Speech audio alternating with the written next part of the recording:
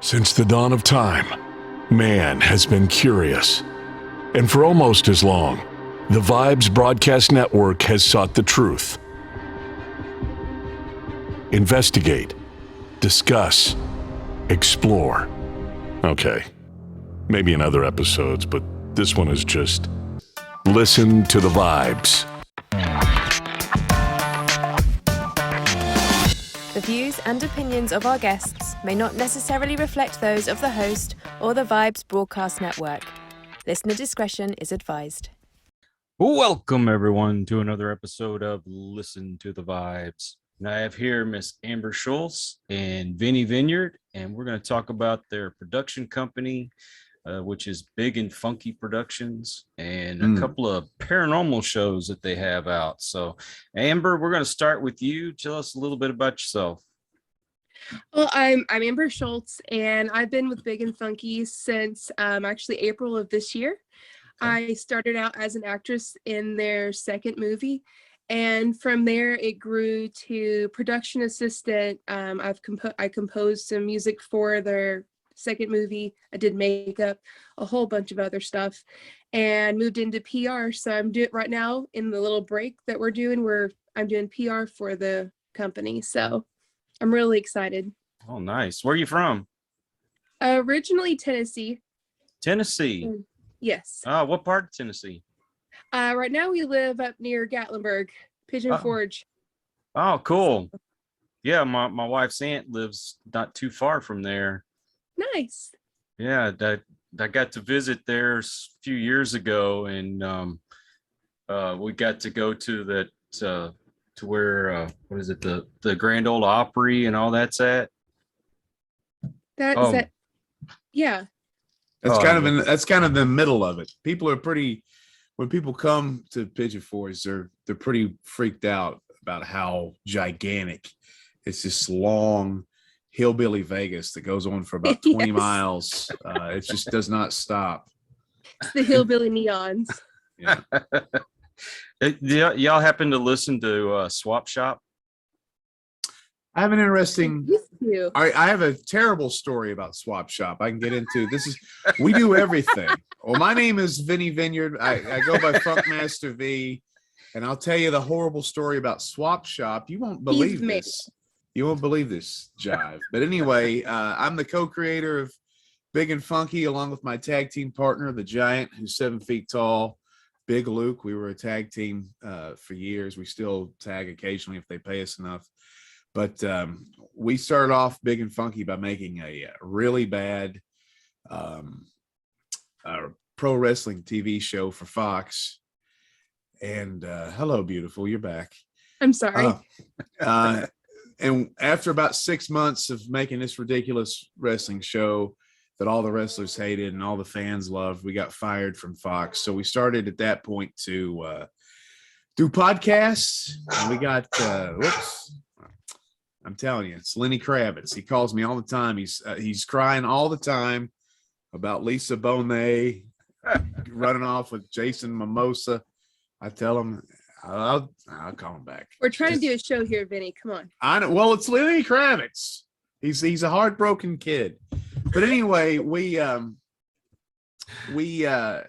so we started doing podcasts and crap, and then we were lucky enough to do something kind of plopped in our lap where we were able to do a paranormal show with a comedic slant. And we won Destination America's best new paranormal team or some crap. And we were going places, and that kind of fizzled out. And we've had a lot of TV contracts come and go. And our television show, Wrestling with Ghost, airs on Intrigue TV, Sci TV, Saltbox, and a couple other small networks. And basically, the way that we go about doing paranormal stuff is really strange. And a couple years ago, we were in Gatlinburg, Tennessee, doing a convention, a Bigfoot convention or something. And this guy comes up, long story short, and he liked the cut of our jib because we're crazy. I used to have a giant afro or fur coat. And my tag team partner is 7 foot tall, and our third guy is a wrestler that goes by El Gordo Gringo, which means the fat American. He's a lovely knucklehead named Travis Graves too. So this guy saw us at a convention, said, "You guys are crazy. You guys should be on TV." And we're like, we like the sound of that. We've been trying that for years. So we started to get together with this guy named Paul Francis, who is now, I would consider, a huge baby asshole. And he has a lot of experience in the movie industry. He's a prop maker. Like, he made a lot of robot looking stuff for Bicentennial Man. And he said, "I've got a show idea," and they owe me one. And I would like to do a show where we go around, and it's almost like American Pickers. And this is a done deal. It's going to be on Netflix. And it's going to be on American Pickers, it's going to be like American Pickers. It's going to be on Netflix.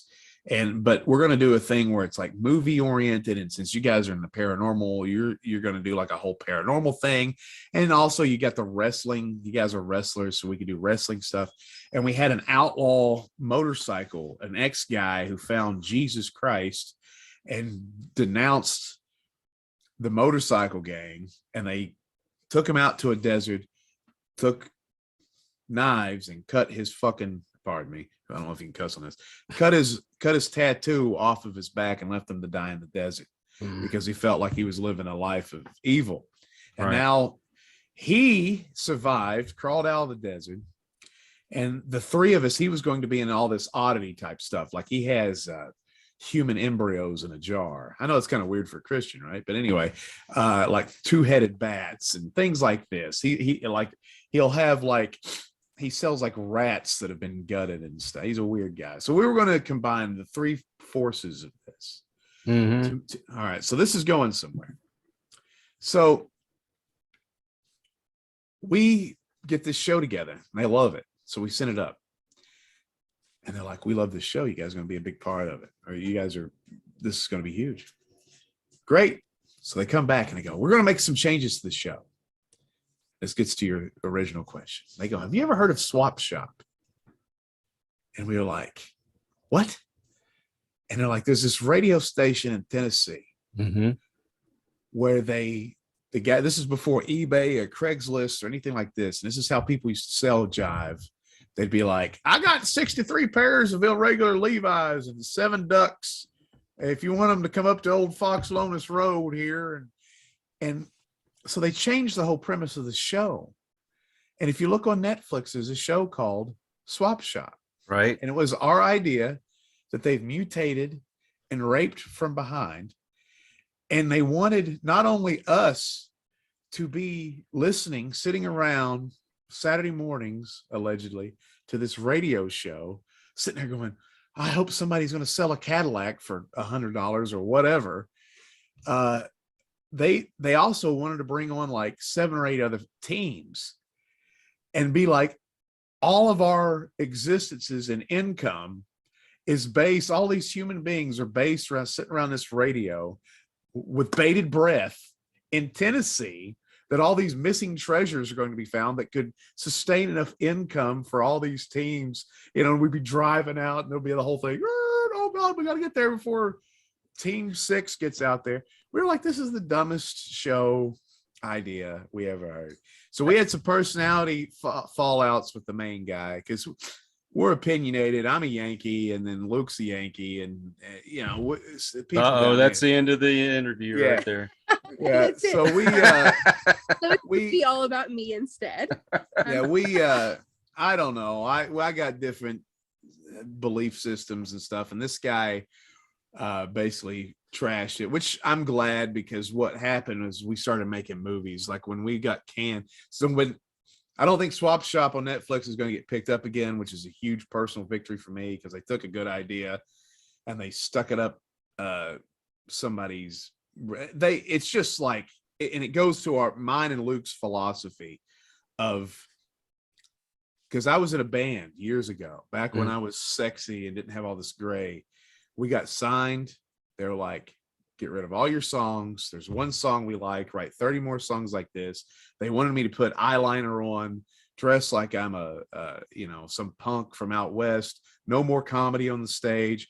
they made my lead singer make his hair platinum blonde. And at that point, you're like, we're not even our own band. We're going to be, you know, it's like, it's bought and sold. It's not who we are. We're funny people. We want to write these kinds of songs, and we don't want to look like, I don't know, some sort of, like we fell out of the back of a fashion bus or something. I mean, you know, and I understand, you know, it just took all your personality away. So that's why Luke and I have decided we're going to make our own stuff, which we make Wrestling with Ghosts, which is a paranormal TV show. We make another couple of smaller paranormal shows. Amber was on one of them. And then right now we're in the middle of making 6 horror comedies based around Smoky Mountains and the fables and the legends of the mountains. And wow. And they're funny. Most of them are funny. Some of them are going to be, you know, straight up horror movies, but they're like Clerks flavor, a lot of comedy, a lot of dialogue comedy, and because you can see I'm an enemy of brevity. I could take it. I could just be a 2-hour movie myself. It wouldn't be very good. I could just be talking for 2 hours. But so there's a lot of that, and the low budget campy stuff. But the first one did real well. It's called The Hike. It's about the Cherokee legend of Spearfinger, which my paranormal team, Wrestling with Ghosts, did an episode in North Carolina looking for Spearfinger, and we might have found her. A lot of weird evidence. For people that don't know, Spearfinger is a mimic. She appears to her people, or she did until the Cherokee killed her, as the legend goes. She appeared to their people. She would be like a shapeshifter. She would like look like your grandmother or some chick you wanted to have sex with, or somebody you trusted.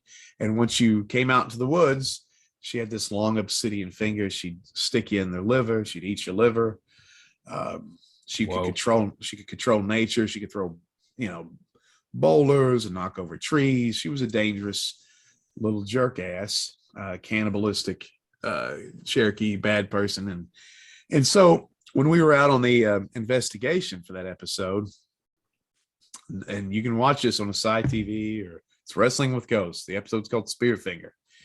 We're walking along, and all of a sudden behind us, I guess talk about Big Luke, 7-foot tall guy, real nice guy. You hear, I'm the one with the camera in the back, and you hear this in the back. You hear, "Hey guys," and Luke is way in front of us. It's his voice, and we were like looking around. We're 2 a.m.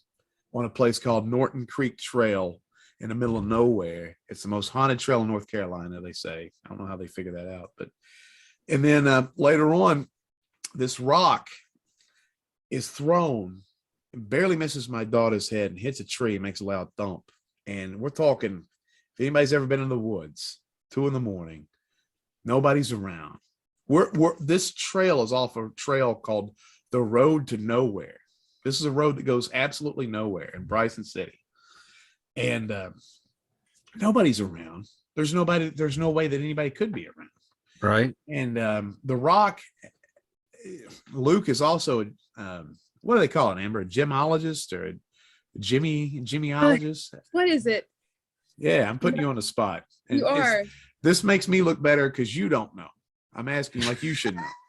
But anyway, he's fog and stuff. Like what? Like agricultural. He's in the rocks and stuff. Yeah. Like he tumbles amethysts. Geologist. A geologist, I think. There you go. He's an amateur geologist. They see you saved yourself, and myself too. But anyway, he was like, this rock is not indigenous to this area or whatnot. I don't know if he's full of crap on that or not, because you can't argue with an amateur geologist unless you are an amateur geologist yourself. But anyway, so we made a movie about Spearfinger, and that's The Hike, and it's based on a lot of stories my brother had camping. Like first time he went camping or hiking, he found a bunch of Polaroids of naked bound people, and he said it was one of the scariest things he ever witnessed. And then when he was up at the shelter, he ran into these guys, these like redneck guys, and he's a BMX guy. He's now an outdoorsy type of guy, but then he was kind of like a BMX almost city kid. and he's out there in the woods with his other dork buddy. Hey, Amber's gone again. Yeah, she left us. Sorry. And they found these Polaroids, and at the shelter where they spend the night, they ran into some guys who were like really weird and talking in euphemisms and stuff and double meaning type things. And then him and my brother and his dork friend were basically like, let's get the hell out of here. And those guys chased him all the way out of the mountains. And so we kind of combined a couple stories into the one, but that was the hike, and we got a new movie coming out too. So anyway, that was one question. I don't even think you asked me a question, and that's already half the interview. You said swap shop, and you got like a 10-minute. I got you going. Oh, that's kind of a sore spot still to that stupid show, and now I feel bad because I watched it. Oh, is it good? I liked it myself. Good. But now I have to not like it. Oh, you can like it. I just imagine a group of people where you have an outlaw biker, 3 comedic pro wrestlers, and an asshole that is in the movie business, and that would have been one team. I think it would have been the coolest group, or the most interesting, at least on the surface. You know, I don't want to make this about me, but you were talking about how like your music company try to change your image and all that stuff that goes on with television production. A buddy of mine got a contract to do a show for A&E, and so he got a bunch of us together, and we had to go through the whole audition and all that kind of stuff. Took about 1.5 years before we were finally able to go start filming. And so we all like to joke around and be goofy, and they wanted us to play it straight the whole time.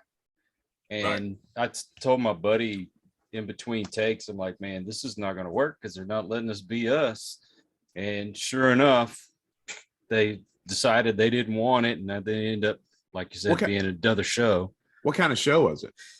We were building bars, like different themed bars in people's homes. Cool. And at the time, it was a Houston Texans themed bar and all that stuff. And, you know, we had a football field that I forget what it turned into, but we had a 6-foot tall football helmet, and it had a, the margarita machine in it, and all kinds of other crazy stuff. But you know how they do those little commentary in between where they pull you aside and say, hey, remember this part, and you remember this part. They got to me, and I'm like, you know, building a Houston Texans themed anything is like giving Superman kryptonite for me. I absolutely hate the Houston Texans. Who do you like? I'm a Cowboys fan, but I also like the Titans too. So Jets, Jets. It's been a hard life, baby. Okay, that's it. That's definitely the end of this. Oh, what are you talking? How can anybody hate the Jets? I like the Jets. UP fans. I'm sorry. I feel like the kid that peed his pants anytime I'm talking NFL football. It's like there's no. How can anybody hate us? We're just over there going, please don't hurt me. Vinnie, as Adam Sandler proudly said, you ain't cool unless you pee your pants. That's right. You know what Adam Sandler also said? What? He also said, my mama said. He also said the goddamn Jets, and that's what I call them. They're not the New York Jets anymore. But well, you know exactly. Now they're smart because they know, and this, I'm not saying this about you guys, but most people think they're funny and they're not funny. So you don't want them to be funny because it's like, okay, you guys are, but also there's so many shows now. There's so many shows. In fact, anybody I know that looks cool like you, or they've had a TV offer of some sort, or at least some sort of interest. And we've had that a few times ourselves. And there's just such power to be able to do things yourself. It's harder. You don't make as much money at first. Like I have to edit, I have to promote, I have to location scout, I have to write, I have to produce, I have to direct, I have to physically look decent in front of a camera because I'm an on-screen talent. That's what I should be in a perfect world. I have to learn HTML to make websites. I have to figure out freaking social media, which is changing all the time. I have to shut up about my political and religious beliefs. There's a lot of things you have to do to dot all the I's and cross the T's. And thank God for Amber, because we're starting to pick up help. My partner Luke has autism, so he can't pick up a phone and call anybody. He will sit there. I've been his very close friend for years, and he'll look at a phone for like a minute and a half before he calls me, because his autism makes him like, I don't want to bother him. And I'm like, just call me, you a-hole. What the hell? If I don't want to talk to you, I won't pick up the phone. And it's not an indictment of our relationship. So even with Luke, who's a genius and comes up with these great story ideas, and he's a very funny guy, and he's a very valuable person to have on the team. He's the co-creator. There's limitations with him. So it's great to have people who aren't afraid to pick up a phone or email or I can do this or I can't do this. And everybody's always surprised because he's a jovial summertime Santa Claus, 7 feet tall, and yet he can't look you in the eyes without wanting to knock his knees together, I guess. But he's a sweetheart. But but if you looked at him, you think he's a monster. He's just that kind of guy. But that's the thing, is you have to cross that line at some point where Luke even posted something about this on his Facebook the other day about don't chase your dreams, just go out there and do. And there's so many people, I want to be in a movie. Yeah. Well, really? Well, everybody else does too, I guess. I want to do this. I want to be a rap star. I want to just go do it. Just figure it out. And if whatever is your obstacle, you have to figure out how to overcome it. That's true. And that's what we do. And people are like, and we're pro wrestlers, and we understand you fake it till you make it. Yeah. And we use a lot of tricks and sideshow carny type illusions to make people think that we're much more successful than we are. And eventually people are like, man, you guys are doing great. And it's like, yeah, but eventually it hits and you fake it until somebody, and that's what we've done is we like this year, we just did a video for Emmy Sunshine. It was an American Idol, and we're about to do another one. It's a great video. I was very happy with what we did. So, I mean, we're starting to get lucky and back our way. And then with our movie, The Hike, some guy out of New Hampshire was like, you guys have a great thing going. Because we do have a team here with Big and Funky Productions now. I do have drag queens. I do have musicians out the ass. Including myself, but I'm one of the worst musicians. I have comedians. I have magicians. I have pro wrestlers. Huh? Furries. Oh my Lord. The furries are worthless except for visual. They can't do stunts, and they make cameos in every one of the movies. So I mean, really. Yeah. So fantastic.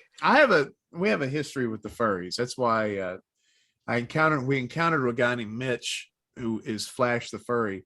When we first met him, he didn't have a fursuit. He couldn't afford one. So he said, I'm a furry without a fursuit.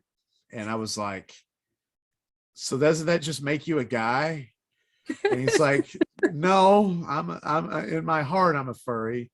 And I found out that those furry suits are very expensive. But if anybody out there is watching and you decide you want to get to become a furry because you want your father's soul to die, and you want him to not be proud of who you are, if you buy a secondhand fursuit, you have to watch out for the merholes, because there is an evil sect of furries called the Murs, and this is true, that they were happy, carefree animals who somewhere along the way, Gargamel or somebody has warped their mind, and they became sexually deviant, and now they can only get aroused with other furries. So if you're buying a secondhand fursuit, children, check for the merholes.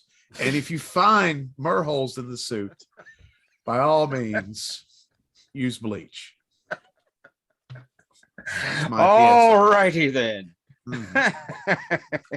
That's what we've learned. Where do you go from here? Right. That's the should be the end of the interview right there. Oh, the end of my career. But you know, I know exactly what you mean when you want to get into something like the podcasting. I just jumped right into it. I had no idea what I was doing. I just learned as I was going along. You know, of course, you have people that promise you this and that and the other. You know, a friend of mine's kid is into all the editing and stuff. Oh, I'll do the editing for you. And I said, all right, as soon as I get monetized, I'll start paying you. But, you know, you have to kind of work with me here.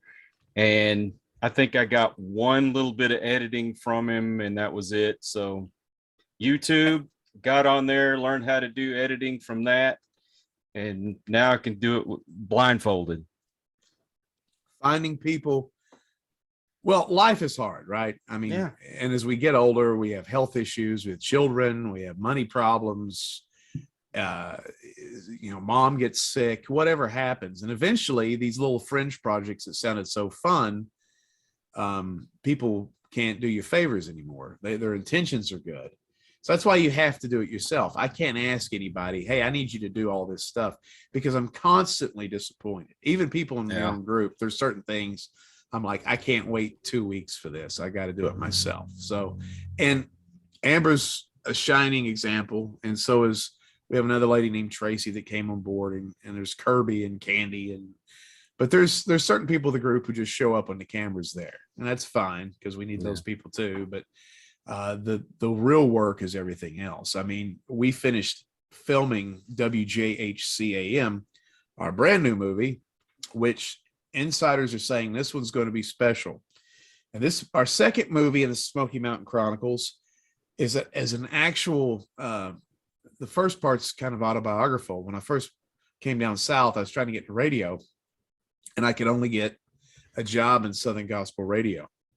So it's a lot of the witnessing firsthand all the crazy antics of Pentecostal preaching from a radio booth.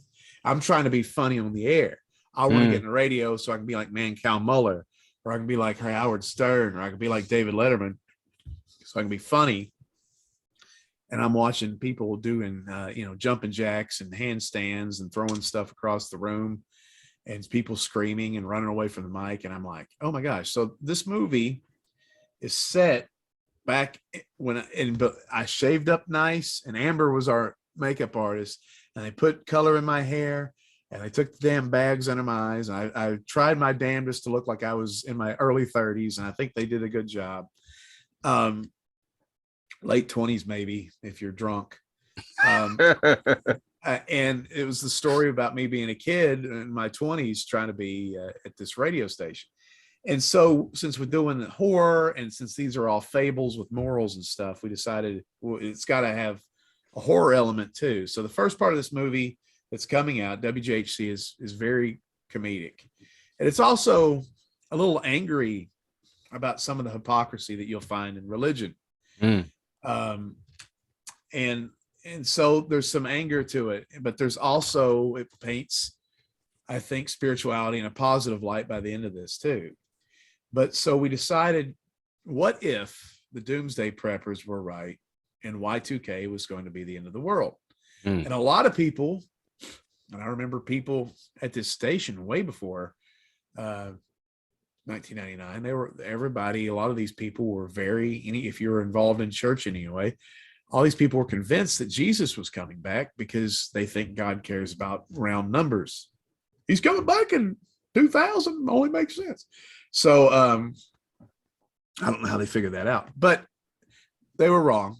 But if they weren't wrong, what would it be like if God came back, or Jesus came back, and all the assholes like myself would have been left behind and had to defend the radio station from the evils of the night? So it turns into this horror movie, Y2K, end of the world, which is very apropos now. I think everybody's kind of a little bit depressed There's a lot of people with anxiety and stress right now about how the state of the world. If you're an American and you're political, you think half the country is an idiot and going to destroy the country. And if you're on the other half, you think the other half is going to do that as well. So there's all this stress. So it taps into that a little bit. And I think it's got some good messages in it, but it's also, a lot of people have said, who are in the inside of the industry, a couple of people who aren't friends of mine who are actually insiders say it's the funniest movie they've seen in 15 years. We premiered it at an all Caucasian, pretty much all Caucasian theater, just because we live in Pigeon Forge. There's a couple minorities, but the only reason I'm bringing that up, it was an all white crowd pretty much, and they laughed for an hour and 40 minutes, which is unheard of because, you know, I'm from Baltimore. So if you go to a theater up there that's more mixed, you get a lot more reaction.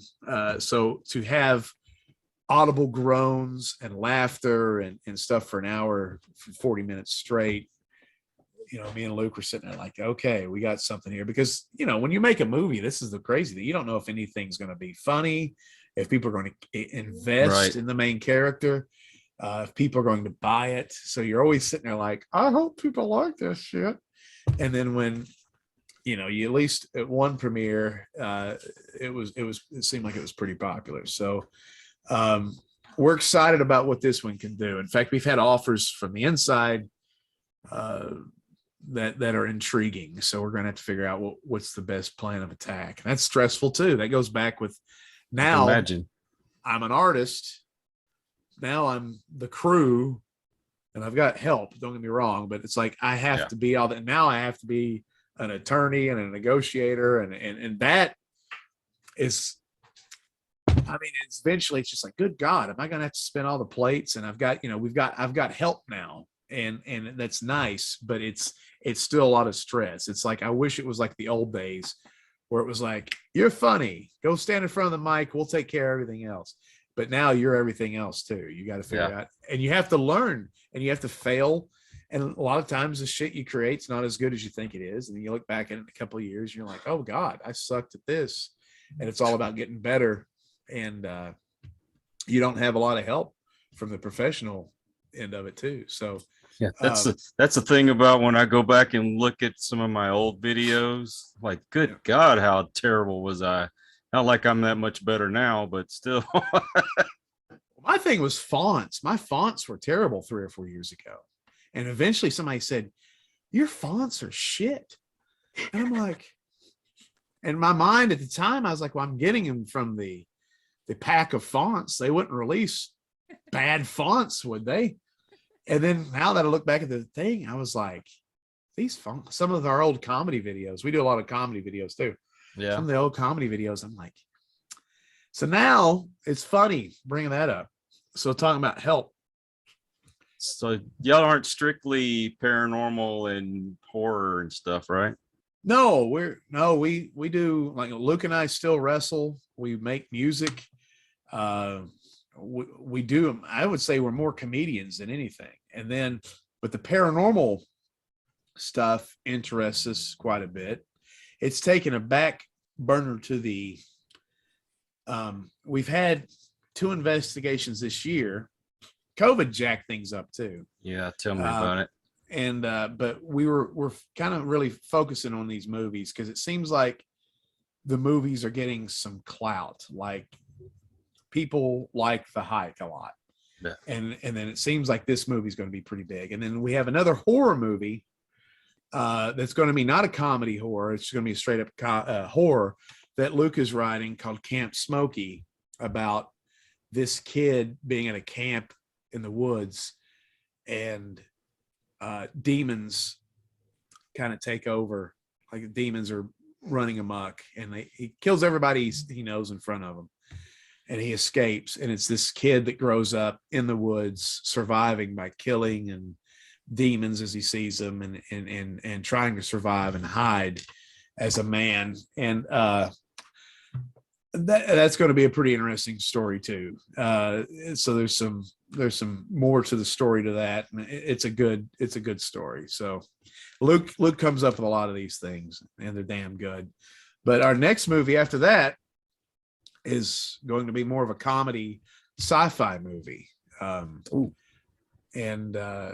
that one, it's going to be based. I don't know. You say you're in Texas. I don't know if you know what Oak Ridge, Tennessee is, but Oak Ridge is where they made the atom bombs, and for the years they had the third bomb that they didn't drop on Japan there, and they moved that, but it's still an operational. So it's going to part of our Smoky Mountain Chronicles. This one's going to be about Oak Ridge and technology. So, oh wow. Yeah. So do you actually have a paranormal investigative team, or that's just something y'all done on? Okay. How long you been doing that? 2016. It's Wrestling with Ghosts. I was going to show you something, but yeah, it's Wrestling with Ghosts. It's the name of the show, but it's what we do. And our philosophy with that is, I think there's been a lot of people that wanted to get in the paranormal investigating, and they learned it from television. Yeah. Well, we just discussed on this show, if anybody believes what we say is true, that television is a bunch of bullshit. And what you see on TV is ridiculous. And it's in reality TV, and I think everybody knows this now, but I think there was a time reality TV is as fake as Full House or Saving, whatever, any television show that's conjured up, How I Met Your Mother, or Seinfeld, or whatever. It's fake. It's all made up. There's producers that guide the show. There's writers. You watch a reality TV show, there's people that are writers. What? I thought this was reality. So, so how you're supposed to go and really get a lot of good evidence, if that's what you're wanting to do, is not what you see. Guys run in and start trying to intimidate a ghost by yelling at it, or I'll fight you. You used to rape women, you asshole. Mm. And then when a Coke can falls over, they all run out of the room screaming. Cracks me up. But our philosophy is different. I mean, we joke with the dudes, we flirt with the girls, and we tease the kid if these spirits are human beings. And we get insane, incredible evidence. In fact, it's unbelievable. And I think there's something about the je ne sais quoi, or the chemistry of the group. But if there are spirits that are human beings, they're dead or whatever they are, they tend to, we break the boredom when we get into the rooms or wherever we go. And we get a lot of good, weird stuff, man. And I think sometimes there's a collective consciousness that goes into this. You get out there and you're like, I'm ghost hunting now. It's like one thing if you're walking into the woods at night, you're not thinking about it. But if you're like, I'm on a ghost hunt, you're going through the woods, all of a sudden everything happens. Yeah. But we do conjure up a lot of really cool evidence. It's hard to refute that. That's really weird, or that's very coincidental, or this happened, and then this happened. It's not just, I think I heard something funky. So y'all are around Gatlinburg. You ever run into the Tennessee Wraith Chasers? Yeah, we did a convention up in Gatlinburg, and we actually talked to that guy. See, I know Scott Porter. I don't know their names. They all look the same. I was going to say a handsome white guy with a beard, but I think they're all the handsome white guys with beards. I don't know. Well, see, Scott is he's bald headed, but no, I don't think so. Not this guy. Most of them are, pretty muscular, but a couple of them are a little more rounder than the others. Well, we talk about the bull crap with TV. So I mentioned we won this thing called Destinations, like #1 paranormal team or new I don't even know what it was called. It was a competition for a new show, and it didn't work out. They took our ideas and gave a lot of them to the Tennessee Wraith Chasers, because we were like, we're out here to have fun, and so like the next season of Tennessee Wraith Chasers, it's like, we're just good old boys out here having fun. And it was almost like these phrases that we had with our pilot, I was like, well, that's a little hurtful. I don't care. I never watched their show. That's the way it goes, man. That's the way the business is. Yeah, it's a compliment too. And you know, I believe in a higher power, and I believe we're.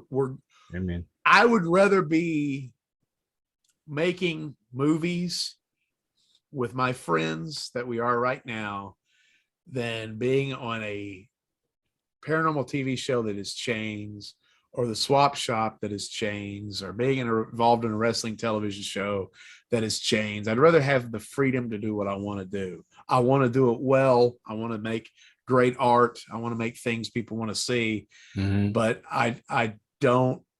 I'm happy with where we are. Definitely, I'm not bitter at all. In fact, when people steal, or I'm involved in something to a degree and it falls apart, I almost feel relieved, and I almost feel like that's a compliment in a way too. Yeah. And I don't know. I'd rather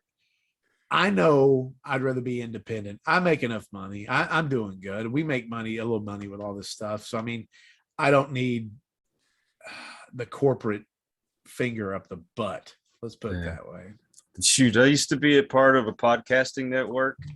And then when they start telling you, you can't do this, you can't do that, you got to stay in this parameter, blah, blah, blah, blah. It's stifling, and it keeps you from being of course, yourself, but being creative. You can't do any kind of Facebook Live or anything like that. Well, why not? It's my show. Oh, no, it belongs to us. No, baloney. I want to do my own thing. So, yeah, when you said that you like doing your own thing, being yourself, I think that's more important than anything else. You got so much stuff that it's like on a conveyor belt. It's the same old, same old, same old. I like something new. I don't like when you can see people that are being themselves. It makes for better viewing to me. I agree. The movies we're making now, you'll never see any films like these movies, good or bad. You may hate them, but these movies are unique. Are they not, Amber? Talk, Amber. It's your turn, Amber. Yeah, you're still with us, right? I literally never get a word in edgewise, but it's okay. That's why I do the work on the quiet side. It's fine. Say something. It's your time. No, but I do like the fact that since I've come into Big and Funky, there is a lot of room to be creative in myself in the parameters of Big and Funky. I mean, there's really no parameters. We have the ability as individuals to grow in our skill in the company, and there's no, oh, this is just your job. This stick in this little tiny box, and this is all you do. I mean, if that were so, I would have just been the musician actress whenever I first came into WJHC. And as I've kind of shown my worth, I've been given more hats, and I've been able to expound on more skill. And I really appreciate that about the way Luke and Vinnie kind of lead this, is that, they want us to be our creative individuals.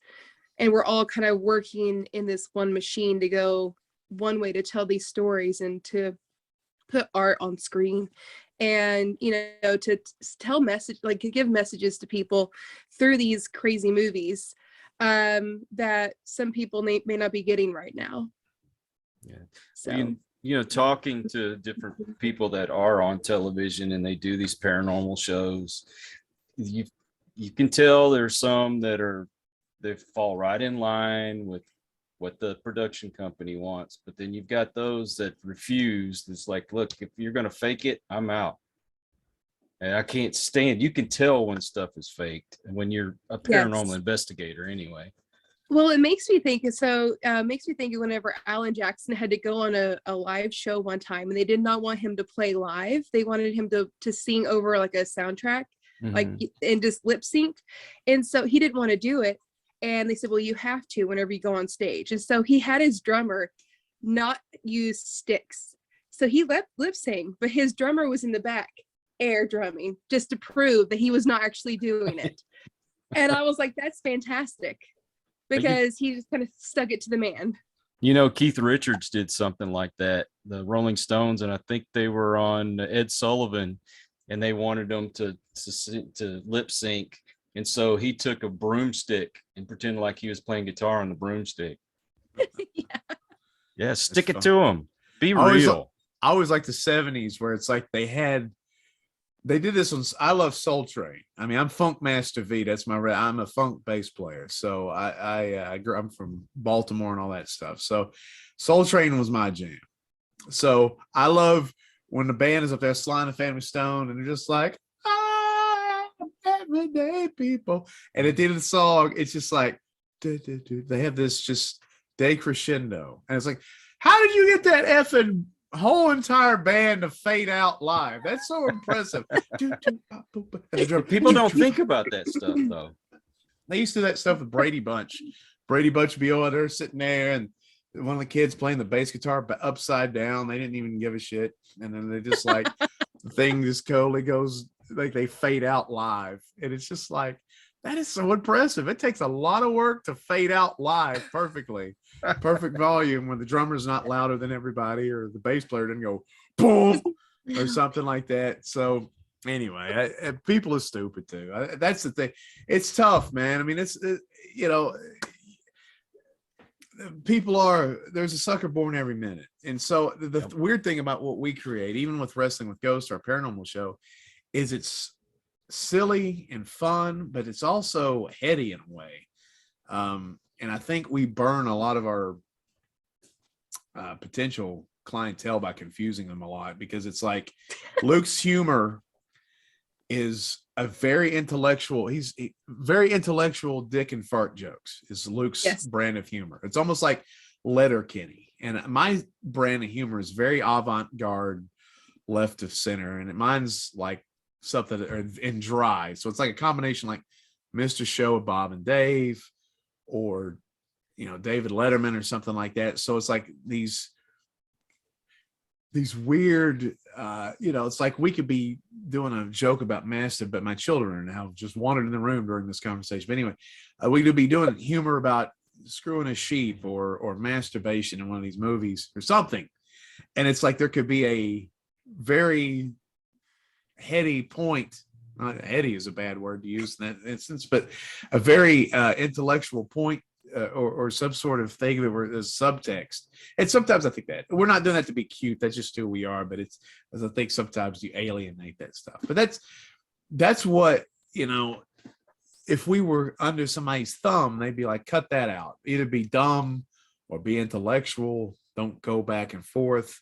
And it's like, screw you. That's who I am. I am dumb and I am intellectual at the same time. And I am immature and probably pseudo intellectual sometimes. And, that's the art that I want to create. If anybody likes it, then yay. And if they don't, then, and it's funny when you create this stuff too, certain stuff resonates.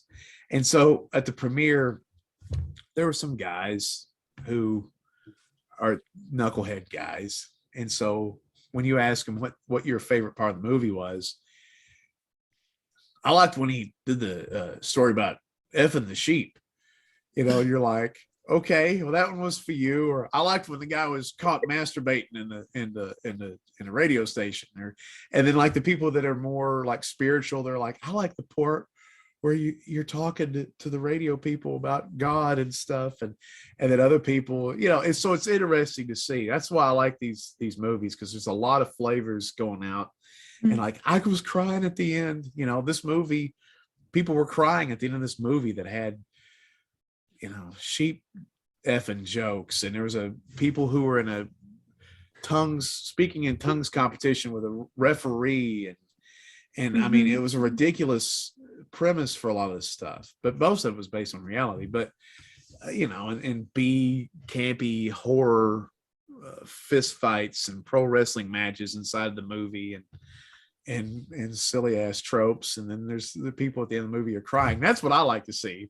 Can I make a human being watch this movie and ingest all of this insanity? And can I bring them to the point at the end of the movie to make them think about God in a new way, or to make them weep? And I was like, if I'm making them laugh at making fun of the band Kiss or whatever, and then at the end of the movie, they're sitting there like, Like, we should all be a little nicer to one another, you know. And that to me is a win, you know. It's like I got him. I like making people. It's almost like an Andy Kaufman thing, like making them have to. I make you, you know, if you're going to watch the whole damn thing, you're going to have to go with me on this stuff. And that, I know Luke enjoys that too. Kind of, it's almost pulling a joke on them, but I don't know. It's also too, this, what the weird thing about our new movie, it's WJHC coming out, AM, about the little radio station. It's my testimony to God. And I feel it's weird because we're worried that the movie is going to be too sacrilegious, because it is angry. But then at one point when I was editing it, I was like, is this going to be too schmaltzy? Is this going to feel like a Kevin Sorbo movie, or Sorbo, whatever that guy's name was? Yeah, whatever that, I forgot, a Hercules guy, or is this going to feel like a Kirk Cameron Left Behind? I loved him when I was growing up. What's funny is when you're an independent film now, you talk to a lot of people who are Christian and who make Christian. Stay away, by the way, if you're watching this and you're in it, stay away from the people that talk about being a Christian. They're scary as hell. They're normally, never buy a car from a guy who says, "Call me preacher." Never buy a used car from a guy like that. They're using that to put you in a trick bag. That's a little Baltimore street smarts for you. If they come talking to you about Jesus this, Jesus that, the real people that love God got it in the back pocket. They're not going to lead with that job. So anyway, but right. when you're in the independent movie industry, you got these people, they're always talking about Kevin Sorbo. Is it Sorbo? Kevin Sorbo. Yeah, they're like, we got a movie with Kevin Sorbo, and you're like, oh wow, has that guy been relevant since 1988? But all right, cool. Or he's a really nice guy, by the way. I'm not putting down Kevin Sorbo. I'm just saying, hey, if you have it's the Christian. Him, I would love to talk to him. Yeah. I'm just talking about the Christian distributors and movie men. They're always like, he's like it's so weird. It's like, okay, the real life has like Tom Cruise. Or the Tom Cruise of. But that's so weird, like this little weird subculture. It's like, we got Kirk Cameron, and we got Kevin Sorbo and the ugly Baldwin brother. But anyway. And Chuck Norris. You can never forget Chuck Norris. Is Chuck Norris in the Christian movie camp now? He does Christian stuff too. He's a Christian. So. My God. Well, I thought he's not a Christian. I thought Jesus was a Chuck Norrisian. I thought he converted. But anyway, so I don't know. So, I mean, that's the other thing too, is, you know, talk about how we have weird flavors. It's almost like Kevin Smith.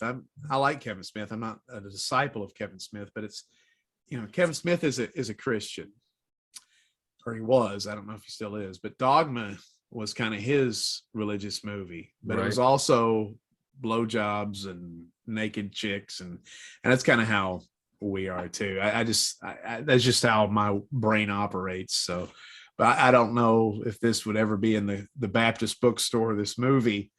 I don't think it would, but the point is trying to, I don't know. The point is maybe it's not this is not an evangelistic thing, but the point is out there to make people look. It's weird. I think in the last 10 years, organized religion has taken a lot of reputation hits. Yeah. And this is a thing I think that may, I don't know if it'll repair anything, but it will maybe make people look at, well, maybe this group of people who are acting really weird for this season and out of character, maybe they can be over here, but maybe the truth of what they used to associate with or try to profess, maybe that truth is still the same. Maybe that's something they could take from it. I don't know. I've gone to a lot of different churches. I've studied a lot of different religions, and I've come to the conclusion that religion in itself, it's just rules that some man has made up to his interpretation of what the Bible is, which is why I'm more of a spiritual type person. I have my I have my relationship with God, with Jesus, and I will witness, but I'm also not one of these. This is the rules, and you have to live by these rules. Why do you think he went in and Jesus did the things he did against the church? Because he was like, man, this is the way you look at things. This is not the way my father wants it. You know, Amber can profess to this too. She grew up in a cult. In fact, when I first met her, this is funny. I don't know if anybody would care about this type of story, but when I first met her, she was 19 years old, cute as hell. And I was. Is he trying to say you're not now, or what? No, he's saying now. Now she's just straight up sexy and beautiful. But back then she had these rosy cheeks and she's always smiling. Like that. Yeah, you're kind of like love that the smile. You have the dimples. But so anyway, but she had the energy of a woman that didn't have 3 kids. Let's put it that way. Very true. So After 3, you're done. Yeah, a lot of this is fake now. I know that. But I met her. We both worked for General Motors, General Motors Acceptance Corporation. So anyway, at a call center. And I used to make fun of her ass because she on cat. You don't care if I tell the story, right? I don't care at all. Go for it. So on Casual Fridays, she would wear blue jeans, Casual Friday, but since she belonged to some sort of religion where you couldn't wear blue jeans, she would wear a denim skirt. And so I got her on my phone to this day as denim skirts.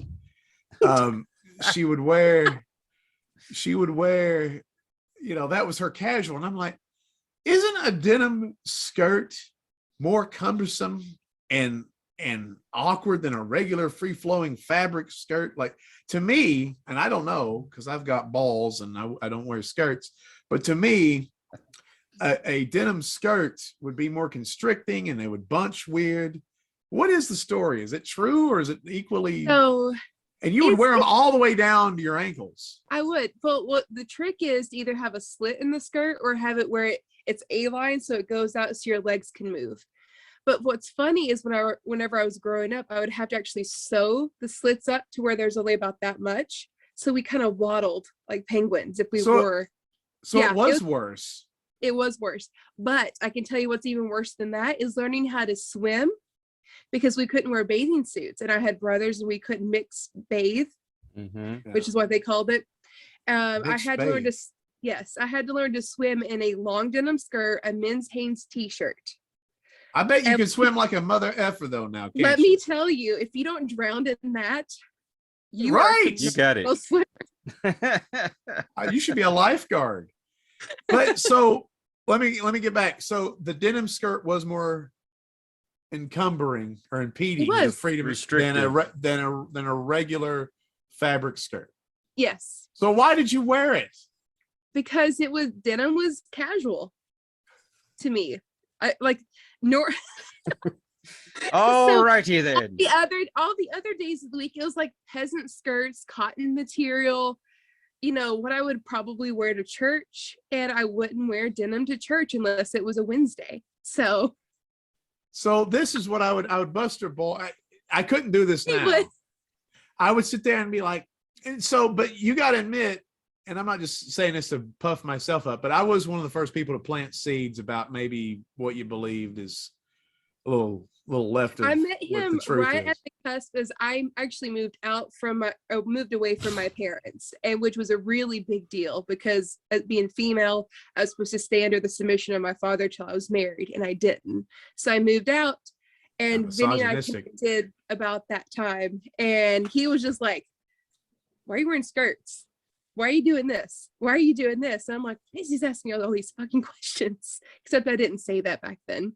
No. So, but it kind of helped in my trajectory of kind of deconstructing from the cult and getting my own belief system. And, the love of Jesus is in my heart. And, I love people where they are and for who they are, not what they wear or where they go to church. It's not my business. Exactly.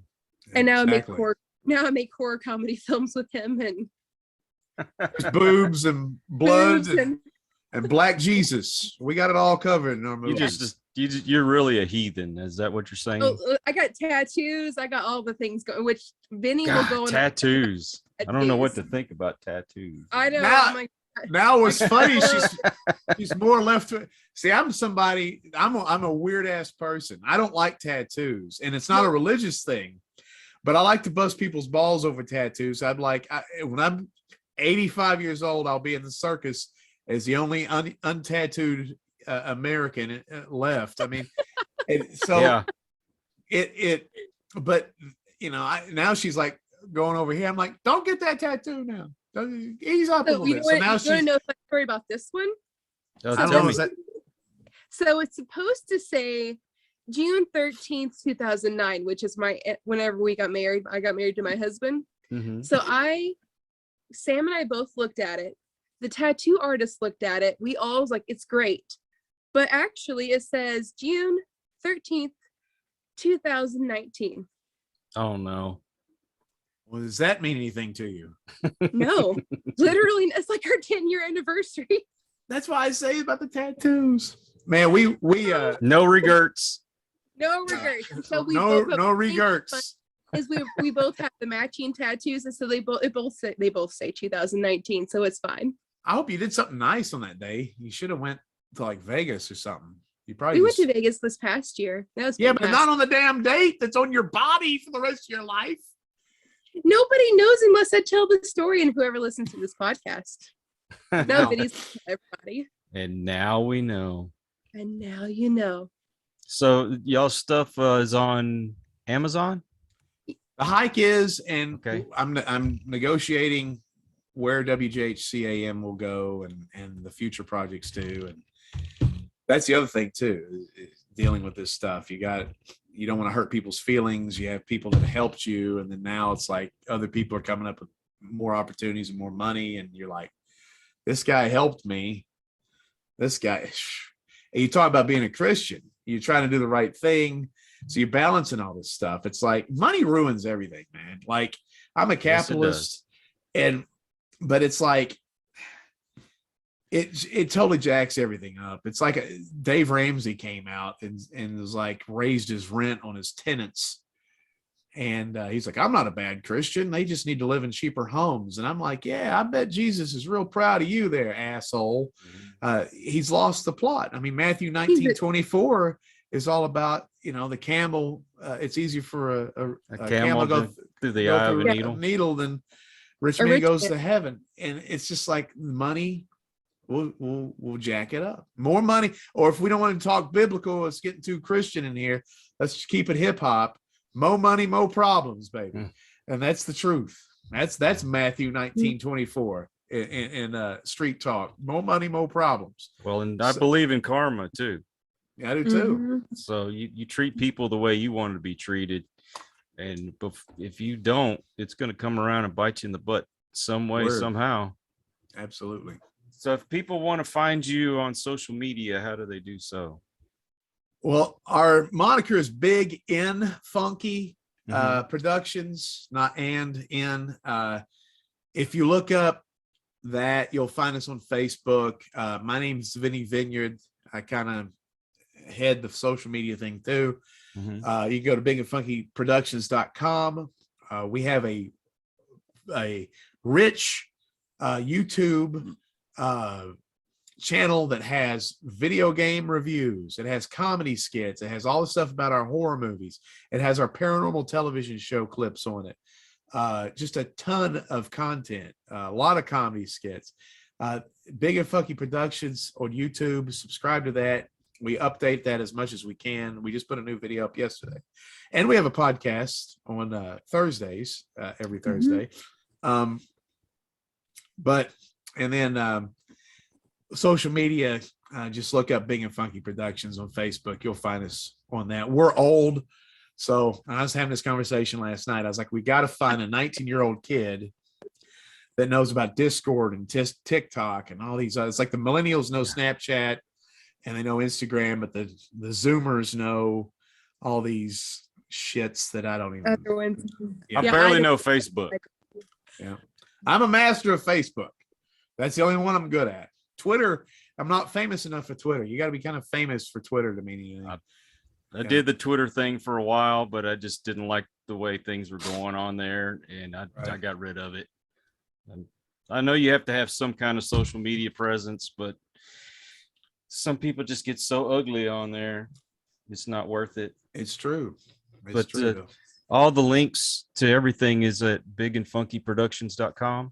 Yes, that's true. If you go to our website, you'll see all the little emblems. Okay. Mm-hmm. I will put that in the description of the video so people can go and follow y'all and check out the videos and all those good things. And I want to thank you for coming on today. I really appreciate it. And in the future, when you have another project come up, please get in contact with me. I'd love to have you back on and we can talk about it and promote you the best that I can. Fantastic. Thank you. We got 2 movies we're working on this year. One's Camp Smokey. Okay. And one is a computer generated movie. Yes, CGM. And we're looking forward to both those. I think people will get a kick out of both those movies. Oh, computer generated movie. So no real actors. It's all computer generated, huh?